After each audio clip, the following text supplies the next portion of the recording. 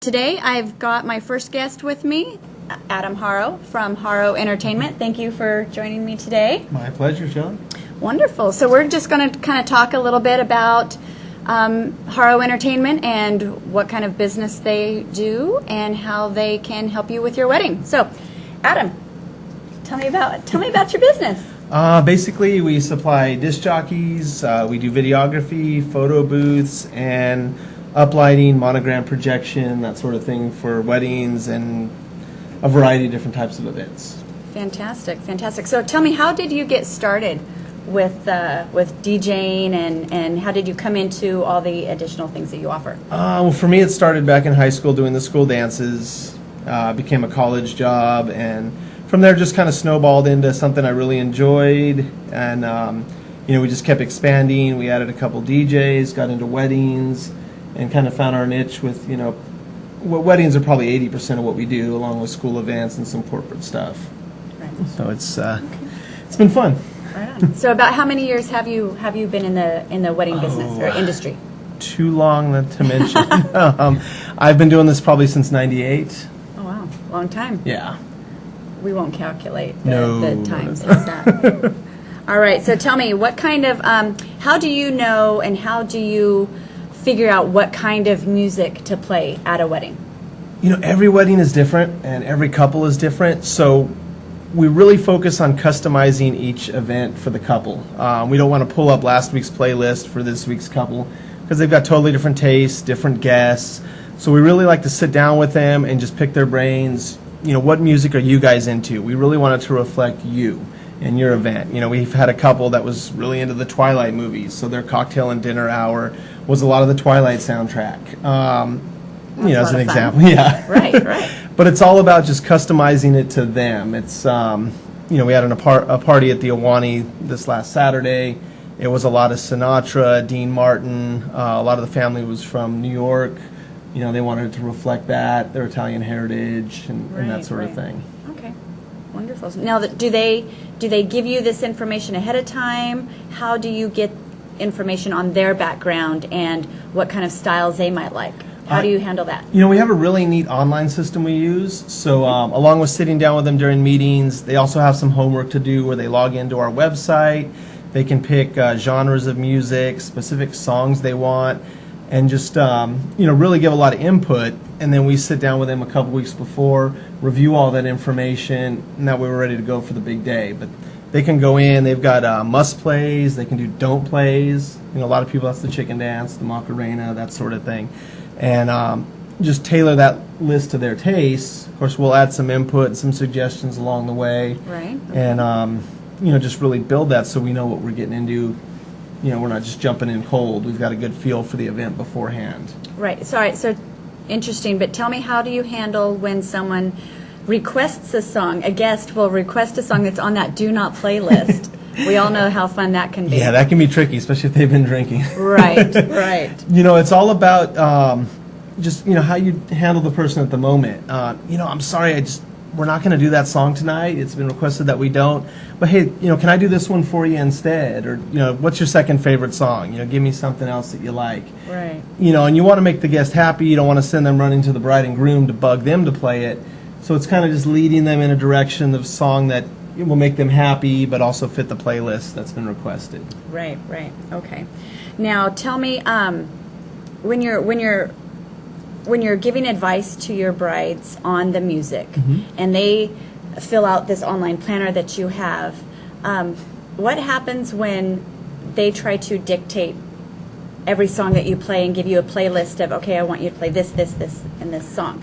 How do you handle that one? We've had it happen. Recently I had a wedding where the bride had picked every song and practically the order that she wanted it played. At the end of the day, they're writing the check.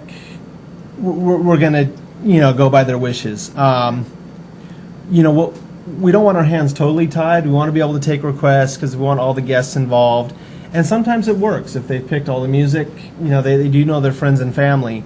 But we want to leave some creativity to it as well. So we try to, we'll stick to your list, but if a guest requests something, in a similar genre, something that fits, are you okay with that? you're going to have to go to the bathroom at some point. Can we play this when you do that? Right. And it's just keeping them happy, but letting them know that, you're not the only ones there. It is your day, but you've invited 200 of your best friends and family. Right. You want to make sure that they're happy as well and have a good time. Right. Okay. Now, what about some music these days is questionable with their lyrics? So what happens when someone's, when you get your guest list or your playlist and there's a lot of music on there that may be very offensive to some of the guests because, True. Like you said, it's not just the bride and groom who are there, it's their guests. And not only You've that, got small children, grandparents. exactly. Everything in our library is edited. We do a lot of school events as well, so we take those edits and we clean them up even more so that we can play them at middle school, high school dances. So they can request a lot of the newer hip hop and stuff like that might be a little more questionable in the lyrics, and that know that it's safe. It's going to be edited. A lot of the sexualized content and of course all the dirty words are taken out. Okay. No one's going to complain if it's clean, but they'll complain if it's vulgar. Someone's going to. Yeah. Now, something that I'm not very familiar with, but what kind of equipment do you use? Our setups are very compact. We use Bose speakers, which are literally about this big around, about 6 feet tall, so it doesn't detract from the decor, and it can fill a room of 500 without any problem. Fantastic. We pride ourselves on the fact that we're not the center point. We're not a game show host. We're not going to bring in a concert light show. We're really kind of ninja in the room. It's just, we're there when we make the announcements. We've got our presence, but you see the decor in a very minimal way. I mean, our equipment in a minimal way. Right. Okay, great. Now, what you said that you do some other kind of services. Why don't you reflect on that a little bit more? Oh, yeah, we do offer the photo booths, which Okay. have been a big hit at weddings. You jump in, you take your pictures, you get your photo strips. We do full videography from start to finish. So if you want your whole event recorded, we do a highlight, the full ceremony, and the full reception. So they've got a full length of their day showing, all the footage, but then you also get a movie trailer feel of it as well that's condensed that you can show friends and family. And then we also do a lot of uplighting, monogram projections. So if you want to add those kind of touches to the room, we can do that as well. Fantastic. Lighting has come a long way. It has. In the last couple of years. So, what kind of equipment do you use with your lighting? All our lights are LED. The uplights are all battery operated, so we can use them in virtually anywhere. Power is not an issue. We get about 10 hours out of the battery on the uplights, so that'll cover you for your event.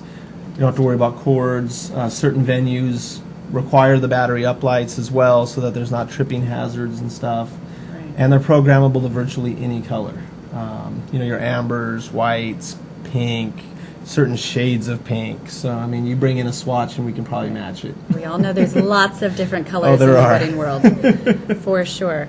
All right, so tell me what kind of, how many are on your staff? What kind of staff do you have? We have 4 DJs, including myself, that do weddings. We have 2 more with us that just do school dances and parties, things of that sort. Okay. We've got 2 photo booth operators and a videography team. And then we've got some roadies and stuff that help with big setups and that sort of thing. Roadies are always good. They're Production handy, staff. especially at Production midnight when you staff. have to clean up. Right. Do you tend to find yourself working at a lot of the same venues, or are you guys pretty spread out throughout the area? It's actually a little of both. It seems like every year there's always a venue you're at a little more. I think last year I was at probably Wolf Lakes more than anywhere personally. This year one of my DJs, Kevin, I think is out there quite a bit. I'm up at Tenaya Lodge. So it varies. Every week is different, but there's a lot of venues that we're on a rotation. That we'll be at Wolf Lakes 20 times this year, and we'll be here 10 and stuff. All right. Well, how do we contact you? How does the bride contact you if they want to? Through the website, www.haroent.com, by phone, 559-907-3920, or you can find us on Facebook under Haro Entertainment. Fantastic. Wonderful. Well, thank you so much for being here. My And being pleasure. my first guest today on our show. We look forward to having you back. And I know I've worked with Adam for many years, and you've always pleased my clients. So I thank you for that. And I look forward to working with you a lot more. So Sounds thank great. you. Thanks, Shelley. All right, thank you. We'll be right back.